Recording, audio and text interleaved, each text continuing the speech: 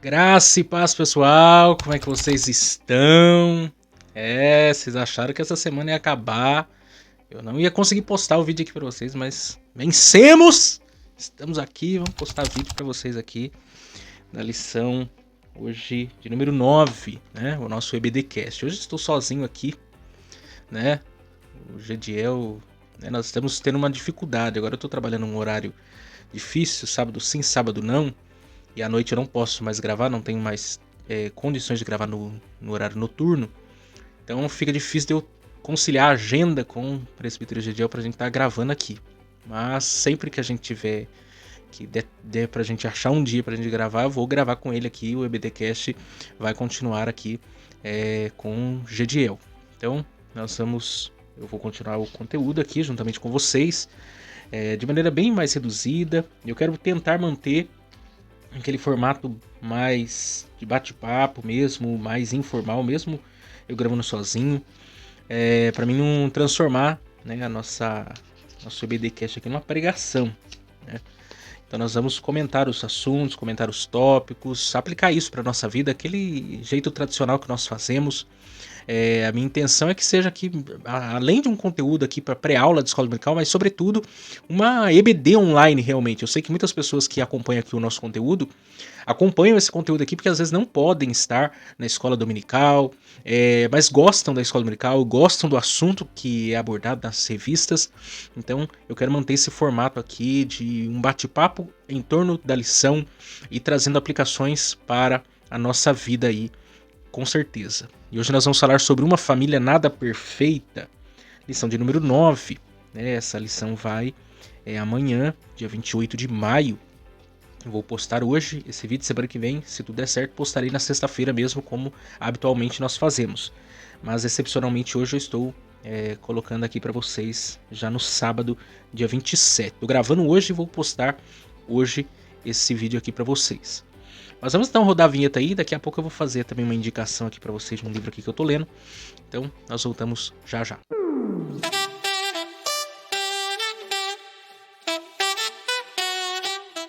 Muito bem, estamos de volta. Sem se esquecer, não se esqueça aí de curtir o vídeo aí, compartilhar, pega o link aí, manda para umas 10 pessoas aí, compartilha no Facebook, Instagram, WhatsApp, e nos ajuda aí a ir além aí.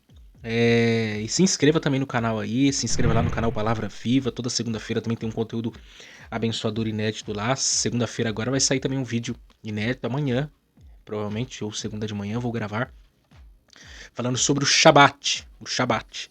Nós falamos nas semanas anteriores lá sobre o jejum, né? Então, se você quer aprender um pouco sobre o jejum, tem 2 vídeos lá no canal falando sobre o jejum. E nós vamos falar segunda agora sobre o Shabat, o verdadeiro descanso. Jesus, né? Nosso verdadeiro sábado, né? Que está acima do conceito farisaico de sábado. Deixa eu indicar aqui para vocês esse livro. Esse livro não é meu, tá emprestado do Ayrton, já gravei podcast com ele aqui também no canal. Tá emprestado dele. O que é uma igreja saudável? Tô quase terminando. Estou lendo ele um pouquinho cada dia, porque meu tempo tá curto. Mas é um livro, né? Para você que é pastor aí, dirigente de congregação, até mesmo para você que é um membro comum ou líder de algum departamento, é interessante o que é tratado aqui no livro, né? Um livro bastante pastoral na minha ótica. Eu já li livros sobre igreja, e esse livro aqui aborda algumas marcas, né, de uma igreja saudável, né? E, por exemplo, aqui, o que é uma igreja saudável? A primeira parte do livro. Aí trata o primeiro capítulo, o seu cristianismo e sua igreja, o que é uma igreja e o que não é, o que toda igreja deve almejar ser saudável, um guia crucial, como manifestar o caráter de Deus. Aí a segunda parte fala sobre marcas essenciais de uma igreja saudável. Aí temos aqui pregação expositiva, teologia bíblica, um entendimento bíblico das boas novas. A terceira parte fala sobre marcas importantes de uma igreja saudável. Aí fala sobre um entendimento bíblico da conversão, um entendimento bíblico da evangelização, um entendimento bíblico da membresia, disciplina bíblica na igreja, crescimento e discipulado bíblico, liderança bíblica na igreja e a conclusão, o ponto mais importante. É um livro bem dinâmico aí, escrito pelo Mark Dever. Tem um livro dele também sobre pregação, escrito com Grace Gilbert, Pregue, o livro Pregue, também já li dele, muito bom. Para você que é pregador também, gostaria. Esses são indicações muito boas. Eu li também um outro, esqueci de deixar aqui reservado, do Timothy Keller, né? Tim Keller, que faleceu essa semana passada, né? Pastor presbiteriano em Nova York, muito conhecido no mundo todo, sua literatura. Já gravamos aqui, inclusive, uma série de podcasts com base no livro dele, né? O livro Deuses Falsos. E eu li recentemente um livreto dele, né? Falando sobre ego transformado. Ego transformado. Também é um livreto essencial para estudo bíblico, para um bate-papo com jovens, né? Reuniões, clube de leitura. Vale super a pena. Escola dominical, vale super a pena. Mas vamos lá, gente. Uma família nada perfeita. Hoje, esse é o assunto aqui. E o texto está em Gálatas capítulo 6, verso 7, que diz: Não erreis. Deus não se deixa escarnecer, porque tudo que o homem semear, isso também ceifará.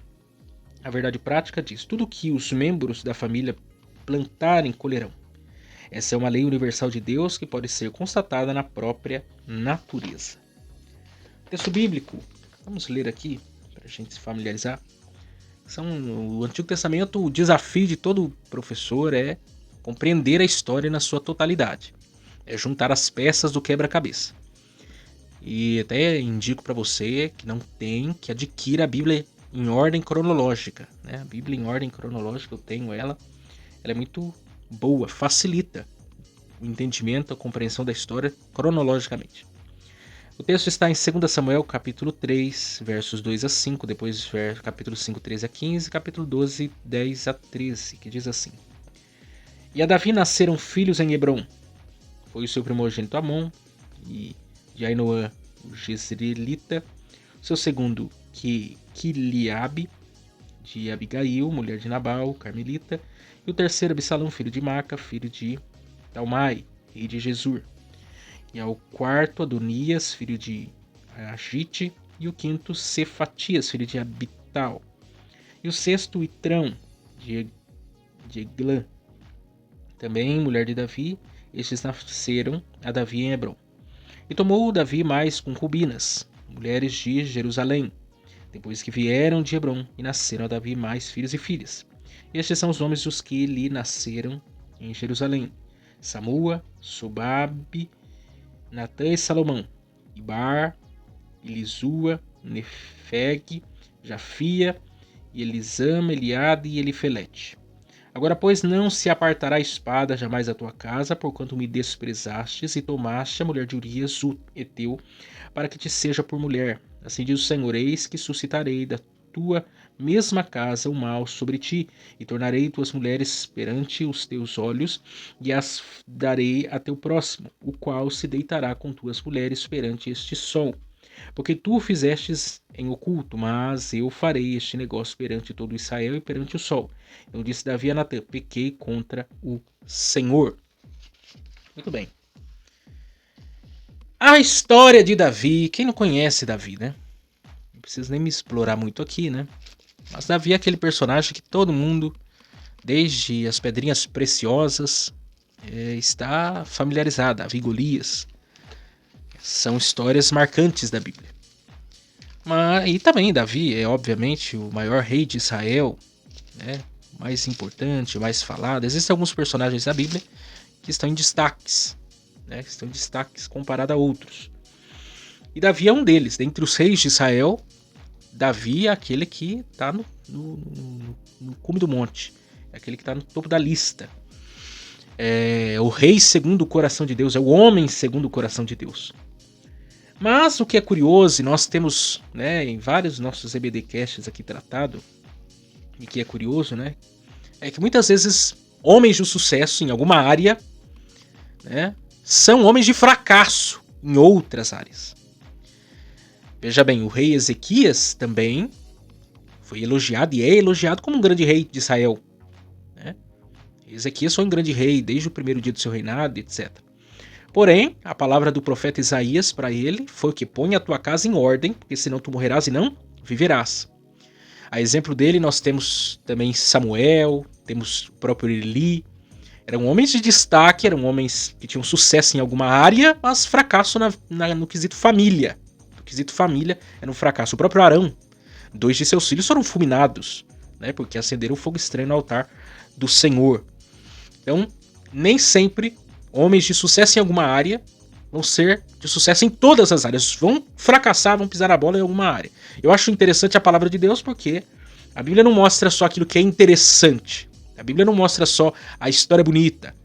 A Bíblia mostra também os bastidores. Ela mostra a realidade. Ela mostra aquilo que não é tão bonito assim. No caso de Davi, é a mesma coisa aqui. O que é curioso aqui, a título de introdução, né? É que nós olhamos para Davi e dizer que Davi é um homem segundo o coração de Deus, alguém olhando para a lição de hoje, olhando para a história de Davi, etc, falaria assim, mas como é possível um homem, por exemplo, é um assassino, é um adúltero, era um omisso como pai, né? Era um excelente rei, era um excelente guerreiro, era um adorador por excelência, etc, mas ele tinha defeitos profundos, né? Seríssimos. E como que a Bíblia mostra que esse homem é um homem segundo o coração de Deus? Você já parou para se perguntar sobre isso? Será que... Porque olhando para Davi, se a gente olhar para as qualidades dele, sem olhar para os defeitos, a gente fica... Até a gente fala assim, eu é que sou um homem segundo o coração de Deus, né? Diante de tantas falhas, né, que Davi cometeu, muitas vezes a gente não cometeu os mesmos pecados de Davi. E Davi, com todas as falhas que ele cometeu, ainda assim, é descrito como um homem segundo o coração de Deus. Adulterou, assassinou, tramou contra, né, etc. Mas por que Davi, né, foi ou é chamado segundo o homem segundo o coração de Deus? E eu tenho uma resposta possível para isso. Porque o coração de Davi é um coração contrito, coração quebrantado, coração humilhado. Basta você ler os Salmos, que metade do saltério é escrito por Davi. E você tem lá exemplos constantes de um homem de oração. Detalhe, Davi é um homem de oração, um adorador por excelência, né, um cantor, um músico, porque Davi era o bombril, né, ele tinha várias atribuições, e era um homem devoto, quebrantado. Você lê o Salmo 51, se não me engano o Salmo 36 também, é um salmo de arrependimento, ou melhor, salmo de número 32, ou 36, não lembro agora, também de confissão em relação ao pecado com Betseba, e tantos outros salmos, Salmo 23, escrito por Davi. E nós observamos todas essas histórias, todos esses exemplos, e nós olhamos para o quê? Um homem que tinha um coração contrito e quebrantado diante de Deus. Um homem que facilmente se derretia diante da presença do Senhor. Ele sabia, ele pecava, ele falhava, ele errava, mas rapidamente ele buscava o quê? Perdão, arrependimento, reconciliação, corrigir seus erros, suas falhas. E muitas vezes não é o que acontece conosco. Por isso nós muitas vezes corremos o risco de não ser homens e nem mulheres segundo o coração de Deus. Por causa do nosso coração duro. Por causa de nós sermos homens e mulheres de dura cerviz, pescoço duro. Né? O povo de Israel, diz Êxodo 33, era um povo de dura cerviz. Por quê? Era um povo que tinha dificuldade do quê? De se curvar, dificuldade de se arrepender, de admitir seus erros, suas falhas. Davi não. Davi ele pecava e rapidamente se arrependia de seus pecados, de seus erros. Então vamos aqui fazer uma abordagem panorâmica aqui, rápida, sobre isso e fazer algumas aplicações para nós com base nessa lição de hoje. Primeiro tópico aí fala o rei Davi e sua grande família. Rei Davi e sua grande família. Primeiro subtópico aí fala Davi ungido por Deus. Davi ungido por Deus. Davi faz parte de uma família de 8 pessoas. Davi era o filho caçula, né, da casa de Jessé. E Davi, que significa amado, né, o eleito de Deus. Olha que nome poderoso. Embora tivesse esse nome tão bonito, quando você lê o texto lá de 1 Samuel, capítulo 16, texto clássico, Deus havia rejeitado já Saul, e Samuel não tomava também um posicionamento sobre isso. Deus diz, vai lá na casa de Jessé, que eu tenho um rei para Israel. E ele chega lá, olha aquilo que está diante dos seus olhos, olha a aparência, não o coração, e acha que quem seria o rei de Israel seria os primeiros filhos de Jessé, e não foi. E na reunião, Davi não estava presente. Veja bem, o amado, o eleito de Deus, estava no campo. Estava afastado um dia de honra, imagine, Samuel era como um primeiro-ministro. Samuel era como um presidente da república naqueles dias. Imagina, chega o presidente da república na sua casa, um primeiro-ministro, você vai o quê? Reunir a família, você vai dar um banquete. É fato que no Brasil hoje, se fizessem aí, né, se o presidente maravilhoso que tá lá no poder fosse na tua casa, você não ia ficar feliz não, você não ia nem abrir a porta da tua casa, desconfio eu. Mas o fato é que a posição, não é nem a pessoa em si, mas o título, cargo, né? É um cargo muito elevado. É um cargo que dá um título. E Davi não foi honrado ali. O pai dele deixou ele lá no campo, foi esquecido. Samuel foi para sacrificar, foi para oferecer sacrifício a mando de Deus para que Saul não suspeitasse de nada. Mas chegou lá na mesa, e eu já preguei lá no canal Palavra Viva sobre a mesa. A mesa para o judeu tem um significado muito importante. Sentar à mesa para um judeu é relacionamento, é fazer aliança. É dar acesso à sua vida, à vida do outro. E chega ali alguém e não tá Davi presente. E Samuel diz, ninguém senta à mesa enquanto Davi não chegar. Ninguém vai se relacionar aqui enquanto Davi não tiver chegado. É honra, mesmo lugar de honra. E diz a Bíblia que Davi foi ungido no meio dos seus irmãos. Ainda um dos salmos diz que o Senhor achou a Davi. Davi foi escolhido por Deus a dedo. Deus escolhe pessoas para fins, para propósitos. E Davi foi escolhido, né, por Deus, foi ungido por Deus. Era de Davi que viria o Messias esperado, prometido. Era de descendência de Davi que viria o Messias. Veja bem, Davi não era para ser rei. Quem era para ser rei era Jonatas, inclusive amigo de Davi, uma das amizades mais lindas da Bíblia. Mas quem era para ser rei não era Davi, quem era para ser rei era Jonatas. Mas os planos de Deus, os propósitos de Deus não podem ser o que? Frustrados. Deus tinha outro propósito.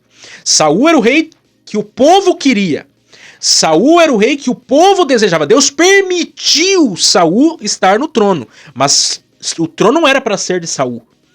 Quando o povo rejeitou a Samuel, não rejeitou Samuel, rejeitou o próprio Deus. Deus era o rei de Israel, mas eles queriam um rei como as outras nações tinham um rei. Deus falou assim, não, quando Samuel ficou chateado com isso, Deus falou assim, não estão desprezando vocês, estão desprezando a mim. Então Deus permitiu que Saul ocupasse o trono, pela vontade do povo, para que a vontade do povo se realizasse. Por isso que eu já disse, e repito vezes incontáveis, como diz lá em Romanos capítulo 1, por 3 vezes, Deus entregou os homens aos seus desejos, aos seus prazeres. O maior juízo de Deus para o homem é seja feita a tua vontade. Quando o homem quer muito uma coisa que não está de acordo com a vontade de Deus, e mesmo assim um homem insiste, Deus permite, porque Deus ele permite. Deus ele dá essa liberdade. Soberania de Deus é responsabilidade humana. Só que muitas vezes o seja feita a sua vontade, né? Seja feito conforme a vontade do homem, na verdade é um juiz de Deus. E no caso Saul foi um juiz de Deus para o povo de Deus, porque eles estavam desprezando a Deus. Mas Deus ele é bondoso, Deus ele é misericordioso e preparou que um Davi, um homem segundo o seu coração, o eleito de Deus, o amado de Deus, e ungiu a Davi para ser o próximo, né, rei. Reino esse que foi ameaçado em alguns momentos, né? A dinastia de Davi foi ameaçada em alguns momentos, mas mesmo assim não foi em momento algum tirada dele. Deus preservou para que da descendência de Davi viesse o Messias, né? O ungido de Deus. O próprio nome Messias, né? O Cristo é a ideia do ungido de Deus, aquele que Deus tinha para nós. E Davi era esse homem separado, cheio do Espírito Santo, de muitas qualidades, né? Um adorador por excelência. Segundo aí, ele é um homem de Deus, como eu estou aqui dizendo. Você olha para a biografia de Davi, você fica de queixo caído. Que homem é esse? Um jovem, né? Que era músico, que era compositor, que tinha uma vida de oração, que trabalhava no campo, era zeloso quanto ao seu trabalho, era guerreiro. Ele não era destemido, porque quando ele chega lá para levar a marmitinha lá, né, para os seus irmãos na guerra, já há 40 dias Golias ameaçava o povo e ninguém fazia nada, ninguém se movia para fazer nada. Davi chegou, ouviu a ameaça e falou assim, quem é esse incircunciso filisteu para se levantar contra o exército do Deus ungido? Quer dizer, a fé de Davi, o posicionamento de Davi, a ousadia de Davi era inigualável. Davi é aquele que conquistou novamente a Arca da Aliança que havia sido roubada e entrou na cidade dançando, louvando, adorando e bendizendo o nome do Senhor. Colocou músicos, né, no templo, adoração, como ninguém. O saltério foi parte produzido por ele. Então, você vê um diferencial, não é qualquer pessoa, é um homem diferenciado. Homem de atitude, né? De vários empreendimentos. Era um homem de Deus, era um homem diferenciado. Terceira, a grande família de Davi. Davi, né? Embora fosse um homem segundo o coração de Deus, e aí nós vamos começar a ver o quê? Os deslizes. Porque, embora ele fosse um homem segundo o coração de Deus, ele teve falhas. Ele cometeu erros. Ele pecou contra Deus. Por exemplo, ele matou, ou ele mandou matar Urias. Ele deitou-se com Betseba. Teve várias mulheres, concubinas, né? E por causa do seu pecado, por causa do seu erro, inclusive, por exemplo, o primeiro filho dele com Betseba, quando ela mandou a notícia que estava grávida, ele orou, né, jejuou, colocou pó e cinza na cabeça, roupa de saco, pedindo a Deus para que não levasse seu filho. Deus falou assim, não, olho por olho, dente por dente. A aliança da lei era dessa forma. Por causa da morte de Urias, veio a morte do filho primogênito dele com Betseba. Mas Deus, ainda por misericórdia, veja bem, Salomão é filho de Betseba com Davi. Mas ele é um homem que cometeu erros, cometeu falhas, né? Como qualquer outro homem. Se arrependeu sim de suas falhas, se arrependeu sim de seus pecados, mas pecou. Quer dizer, é possível, embora não seja o ideal, mas é possível homens de Deus falharem, homens de Deus pecarem, homens de Deus cometerem erros, e erros gravíssimos, como no caso de Davi, por negligência, né? E tantas coisas mais. Segundo tópico fala filhos e parentes na casa de Davi. E aí nós vamos ver o que? Davi teve um monte de filhos. Muitos filhos. Até o texto aqui nos apresenta. Amon era o primogênito. Depois Quiriabe. Né? O terceiro era Absalão. O quarto Adonias. E o quinto Cefatias. E o sexto aqui, Itrão. Alguns dos filhos de Davi se destacam, né? Alguns dos filhos de Davi se destacam. Amon é um deles. Tamar, né? Que nós vamos fazer menção. Absalão também. São filhos de Davi que se destacam. O próprio Salomão. São filhos de Davi que se destacam. Filhos de Davi que se destacam. Por causa desses muitos casamentos, né? Um mesmo pai, mas mães diferentes, filhos diferentes, então muitos meios irmãos. Porque alguém pode perguntar, mas a poligamia era permitida? Era aceitável no contexto do Antigo Testamento. Há textos que nos dão base para isso. Não era o ideal de Deus, não era o propósito de Deus. O propósito de Deus sempre foi o quê? A monogamia. Deus fez um Adão para Eva, uma Eva para Adão. Mas naquele contexto de aliança, naquele contexto de continuar a geração, a questão da promessa, etc. Havia essas cláusulas de exceção, mas não era o ideal de Deus. Nunca foi, e a prova disso é o que nós vemos, tantas confusões, né? Tantas confusões. E aconteceu que, por causa dessa situação tão turbulenta na família de Davi, e da sua negligência como pai, porque veja bem, ele era rei, ele era um guerreiro, ele era um adorador, ele foi pastor de ovelhas, ele cumpriu vários papéis. Estava sempre em muitas guerras, inclusive, Davi. Por exemplo, é um fato curioso sobre a vida de Davi. Davi nunca perdeu uma guerra. Pode procurar na Bíblia. Procure uma guerra que Davi perdeu. Ele nunca perdeu uma guerra. Davi sempre venceu as batalhas. Davi nunca entrou numa guerra sem a permissão de Deus. Davi sempre entrou em batalhas, em guerras, com a autorização de Deus. Para você ver como que era um homem de Deus. Deus sempre deu vitória para Davi. Davi sempre foi bem sucedido naquilo. O dia que ele não foi na guerra, né, não fez o que ele deveria fazer, que ele perdeu uma guerra, a guerra contra a carne. Caiu com Betseba. Mas essa vida atarefada, extremamente atarefada, fez dele um homem negligente na sua vida particular. Ou seja, na sua vida familiar. A sua ausência deu espaço para a negligência. Deu espaço para uma liberdade não supervisionada. Filho sem a autoridade do pai, né? E não apenas isso, Davi era um homem de coração mole. Ele via o que estava errado, mas ele não se posicionava. Ele não falava, ele não agia da maneira que ele deveria fazer. De modo tal que Amon, no caso, vai se deitar com sua meia-irmã, né? Vai se deitar com a sua meia-irmã. Posteriormente, o segundo tópico vai falar sobre Absalão, que vai se levantar contra o seu pai, né? Vai conspirar contra o seu pai. Depois nós vamos ter o próprio Absalão matando Amon. Olha que confusão, que família maravilha. Você acha que a sua família tem problema, hein? Matando Amon.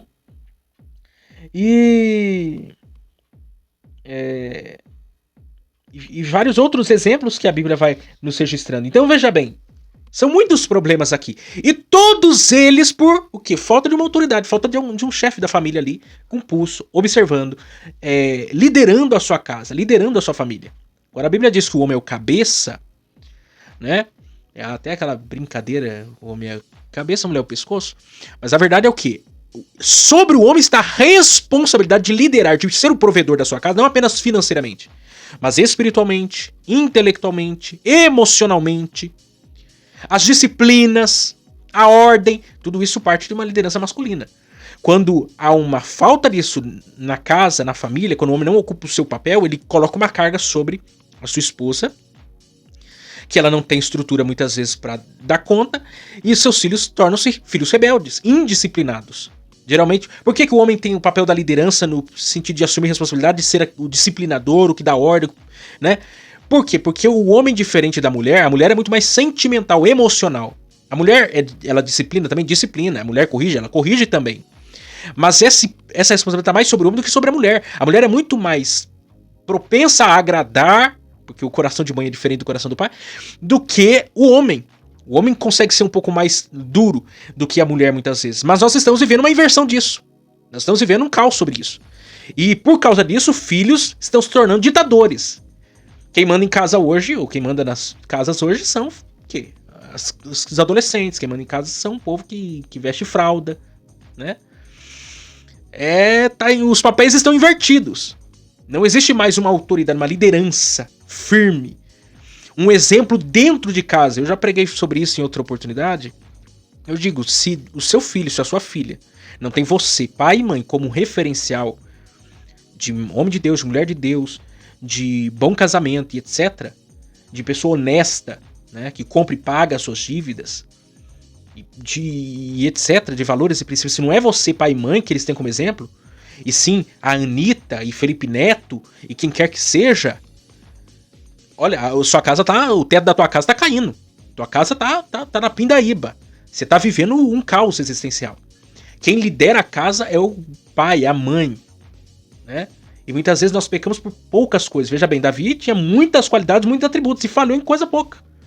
Falhou por questão de ser mais presente, de disciplinar aquilo que deveria ser disciplinado. Muitas vezes esse fazer vista grossa, esse deixar para depois, essa procrastinação para tomar decisões, para disciplinar aquilo que está errado, para estabelecer limites, vai criando um rombo que depois, mais tarde, não consegue se mais conter e começa a ver o que aconteceu aqui na família de Davi. E isso se repete em muitas famílias. E é preciso que alguma coisa seja feita depressa. Veja o caos que chegou, um irmão se atraindo pela irmã, né? Um incesto. Nós vemos aqui um irmão assassinando o outro irmão. Um filho conspirando contra o pai. Inclusive, se eu não estou enganado, é Absalão que deita-se com com as mães de seu pai e com as concubinas, desonrando o seu pai de tal maneira, de modo vergonhoso. Então veja bem, olha o ponto de limites que não foram estabelecidos enquanto era tempo, disciplina enquanto era tempo, e depois virou o que foi. Alguém acha que não pode dizer não pode ser tão dura assim, eu quero ser um pai bonzinho. Se você for um pai bonzinho, você vai ser um pai ruim. Você tem que ser um pai bom em que sentido? Disciplinando seu filho. Seu filho vai morrer porque ele levou uma palmada, sua filha não vai morrer porque foi proibida de fazer alguma coisa ou outra. Se você permitir isso agora, amanhã depois você vai querer proibir, não vai conseguir, é tarde demais. Limite se estabelece enquanto é tempo. Eu falo por isso, eu não tenho filhos. Aí você tá me ouvindo e fala assim, mas você não tem filho, você não sabe como que é. Concordo plenamente com você. Mas eu sou filho. E eu tenho exemplo dentro da minha casa. Eu tenho exemplo dentro da minha casa. Eu tive um pai e uma mãe que me estabeleceu muitos limites. Se eu sou quem eu sou hoje, se meu irmão e minha irmã é quem é hoje, é porque eu aprendi isso dentro da minha casa. Eu tenho bons exemplos, tenho bons referenciais. E são referenciais que eu vou passar para a minha próxima geração, para os meus filhos. No futuro eu quero que os meus filhos passem para os filhos dele. Então, essas coisas a gente aprende de casa. Como um dia alguém foi filho, um dia será pai. Um dia será avô, um dia será avó. Terceiro tópico, e eu encerro, pra gente ganhar tempo. Problema moral na família de Davi.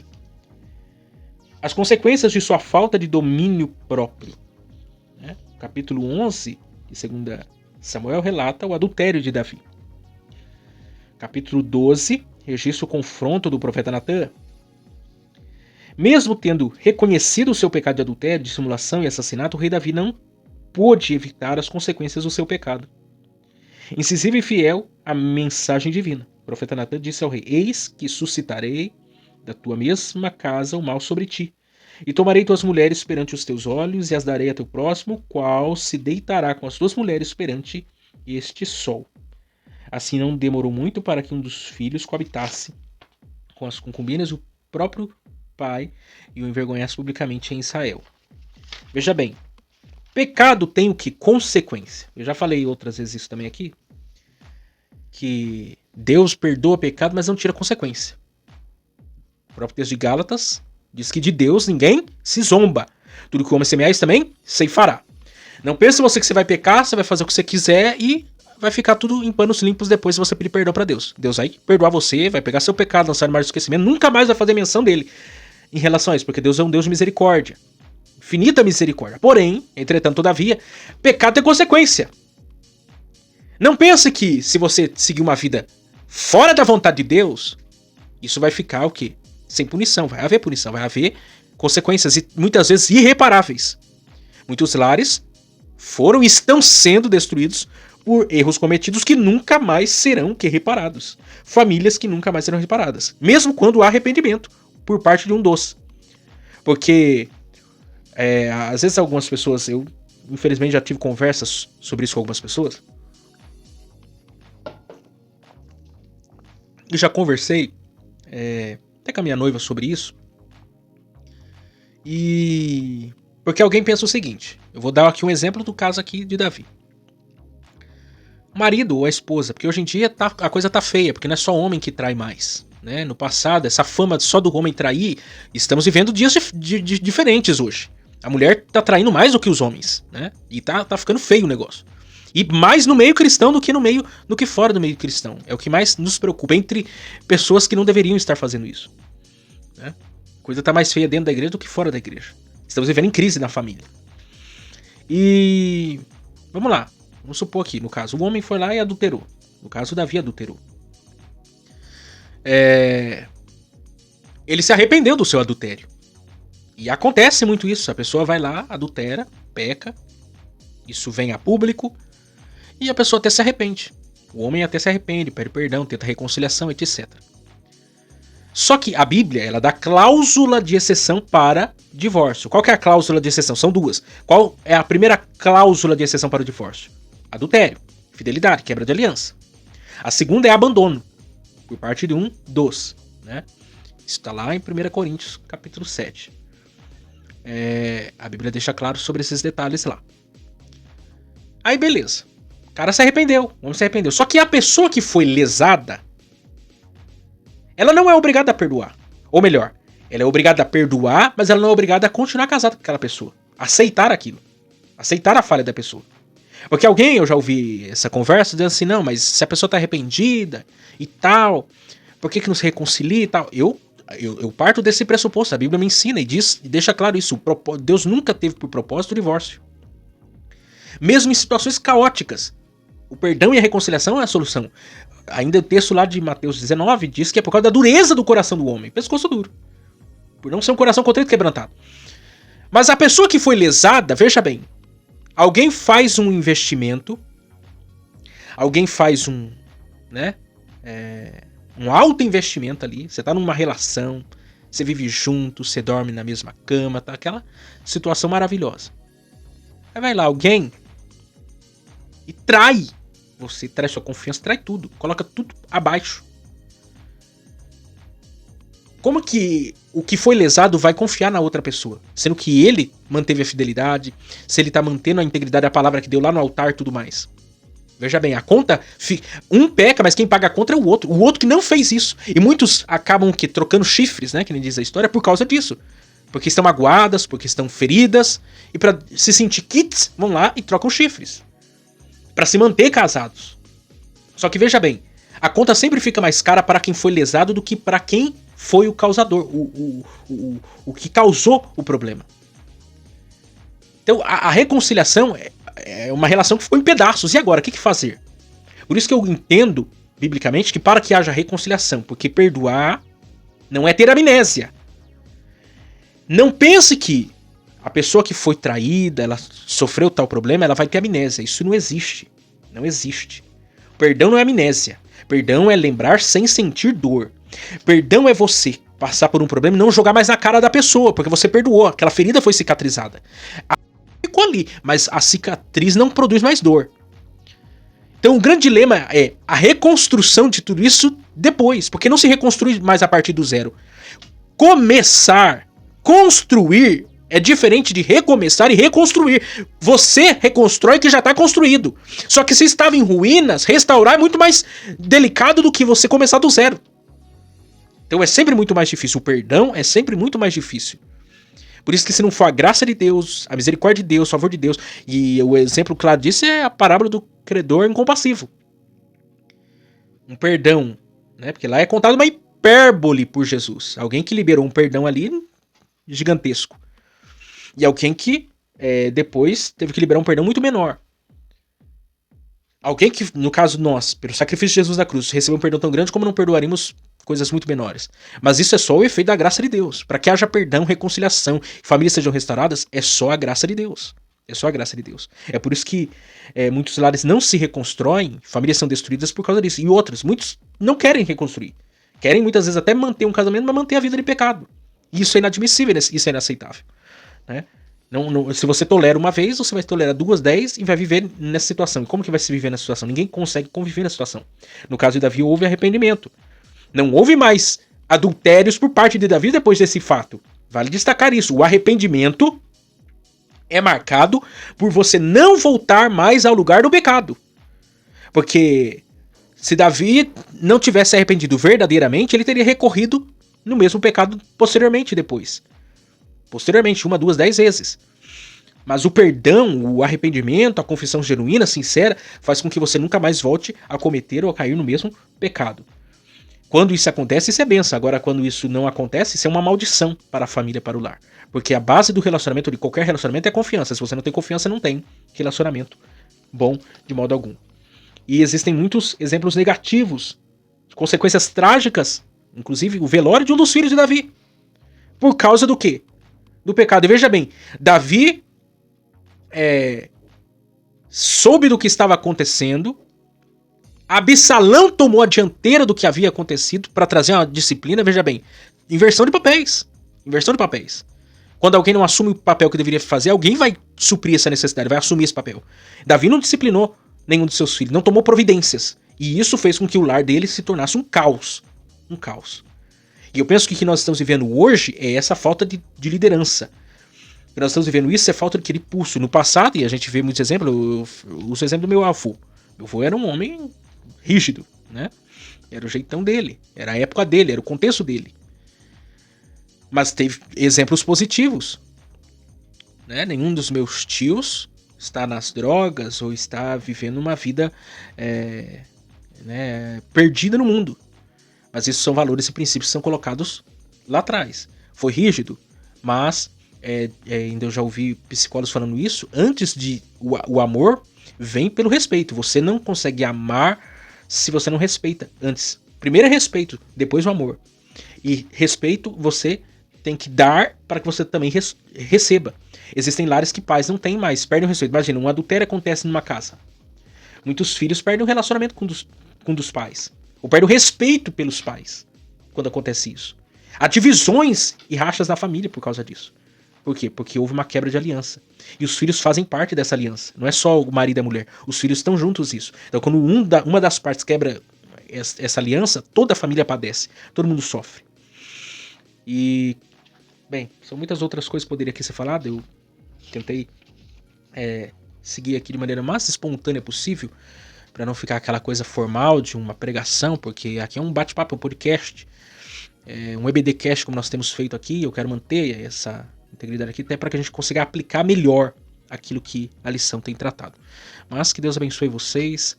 Semana que vem estaremos aqui de volta, se Deus assim nos permitir. Se inscreva aí no canal, compartilhe e ore por nós, para que nós possamos continuar aqui produzindo um conteúdo abençoador para vocês. Deus abençoe vocês, até semana que vem.